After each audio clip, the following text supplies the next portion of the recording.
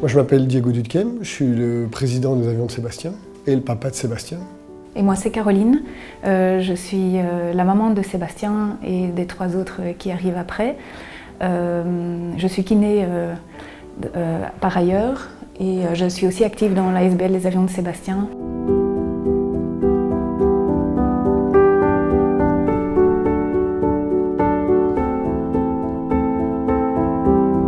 En février 2014, Sébastien avait 3 ans et demi et Arthur, son petit frère, 1 an et demi. Sébastien a développé une boule à l'arrière et en bas de l'oreille droite. Mettre le doigt sur le diagnostic, ça prend quand même du temps. D'aller d'examen en examen, on a pu mettre en évidence qu'il s'agissait d'une leucémie myéloïde aiguë, avec la forme particulière qu'il s'agissait d'un sarcome granulocytaire. Entamé les cures de chimiothérapie, il est resté à l'hôpital quelques mois. Et puis il a pu rentrer à la maison. Quelques mois plus tard, on pensait qu'il était en rémission. La maladie était toujours là d'une certaine manière parce qu'il avait mal aux jambes, on ne savait pas ce que c'était. Et voilà, en février 2015, donc 1 an après le début de la maladie, on mettait en évidence la première rechute. Sa vie à l'hôpital, c'était assez joyeux quand même, mine de rien. Il avait cette force de vivre, cet enthousiasme, il se levait. En fait, il dormait à l'hôpital, hein. Il passait des mois à l'hôpital. Moi, j'arrivais le matin à 8h30 parce qu'on ne pouvait pas dormir avec lui. Et on avait l'habitude de s'habiller.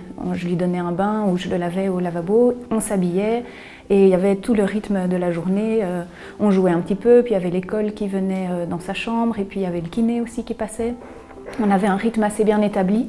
Toute la famille, l'équilibre a été modifié pendant 3 ans. On était tout le temps avec lui en fait, sauf la nuit. La nuit, on ne pouvait pas dormir avec lui.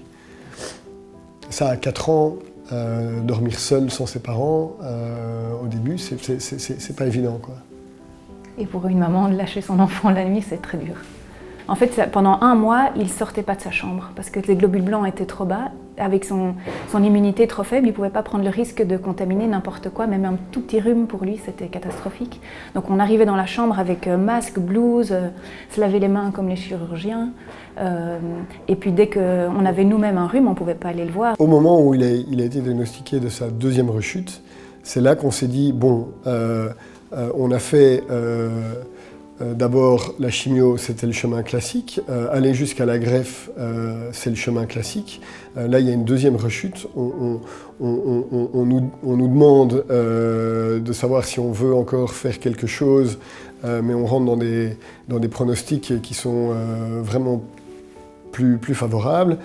Est-ce que c'est pas là l'opportunité, ou est-ce qu'on ne doit pas essayer de réfléchir out of the box et de voir s'il n'y a pas une 3e voie. Quelques jours, rentrer en contact avec le professeur Constantinescu de l'Institut de Duve. Il a dit,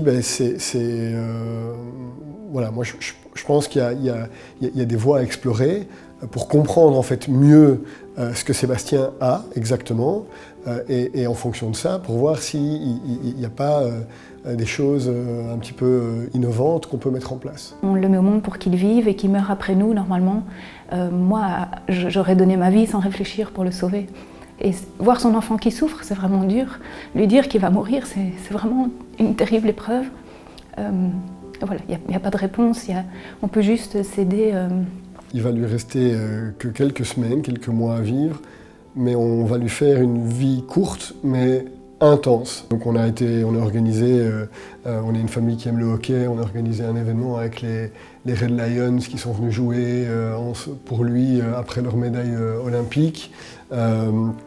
Il a pu rencontrer Thibaut Courtois lors d'un match de foot. On lui a fait un baptême en avion. Il a pu piloter un petit avion, baptême en hélicoptère. On a fait, voilà, plein de chouettes choses. En se disant, voilà, il va vivre des moments très très intenses dans les derniers mois, et ça lui a donné, et ça nous a donné beaucoup d'énergie de vivre tout ça en famille. Sébastien avait depuis longtemps un intérêt pour l'aviation, quelque chose que moi j'aime beaucoup et que je lui ai transmis, et donc c'était aussi assez naturel au moment où on a fondé la SBL, d'associer les avions à Sébastien dans les avions de Sébastien. Et puis il y a cette symbolique, l'avion aussi c'est dans le ciel. Souvent on parle de quelqu'un qui est mort, qui est dans le ciel. Donc oui, il y a ce symbole-là. Mais il y a une phrase qui dit que quand tu ne sais pas ajouter de jour à la vie, il faut ajouter de la vie au jour. Et c'est vraiment ça qu'on a essayé de faire, de créer des souvenirs positifs et heureux pour les derniers moments. Évidemment, après, on voyait que sa force faiblissait, il était de plus en plus fatigué, il savait faire de moins en moins de choses. Mais voilà, on l'a accompagné comme ça les dernières semaines. Le message aux philanthropes, c'est merci. Merci de consacrer une partie de ce que vous avez pour aider la recherche qui en a bien besoin. Parce que c'est grâce à des fonds qu'on peut progresser et l'Institut pour ça est un environnement incroyable.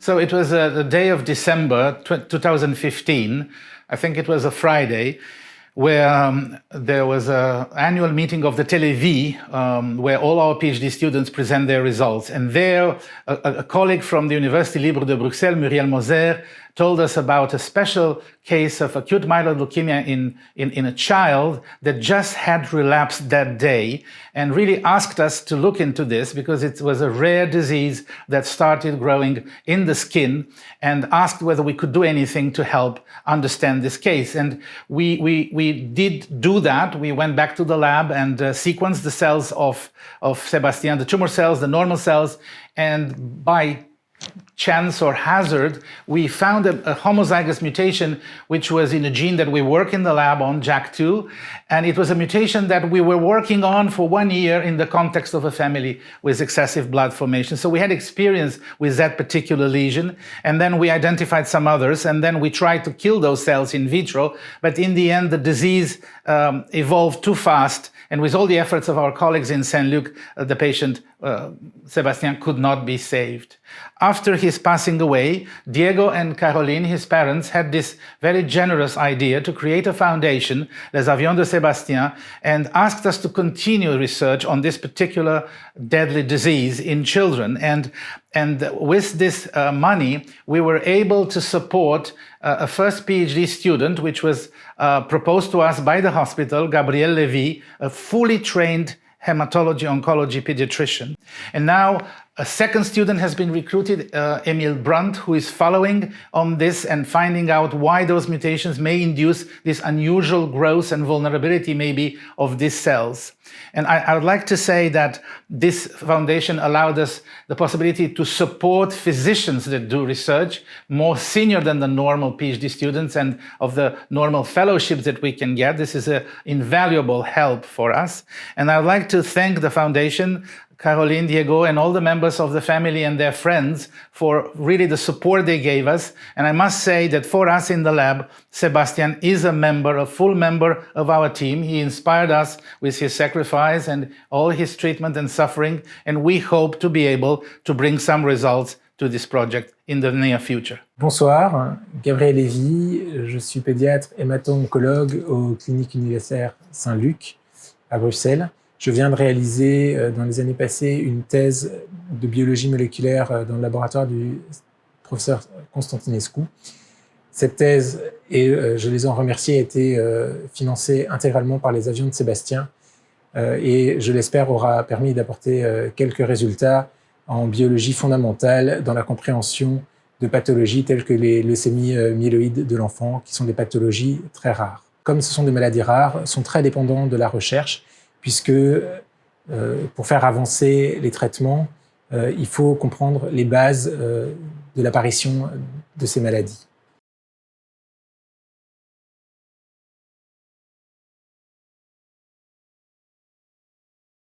À l'heure actuelle, dans le monde, il y a environ 400 000 patients pédiatriques qui sont atteints de cancer chaque année. Et le sarcome myéloïde représente moins d'1%, donc c'est une maladie extrêmement rare. Grâce au travail de Gabriel Lévy, on a pu récolter du coup une importante cohorte de patients atteints de sarcome myéloïde. Mon rôle va être de comprendre comment, grâce aux données qu'a récoltées Gabriel, comment une mutation dans un gène va donner une protéine mutée qui va ensuite influencer la leucémie. Tout ce travail, toutes ces recherches sont rendues possibles grâce aux avions de Sébastien, que je remercie chaleureusement. Merci pour votre soutien, merci pour votre présence et merci de permettre cette recherche pour ces enfants qui en ont vraiment besoin.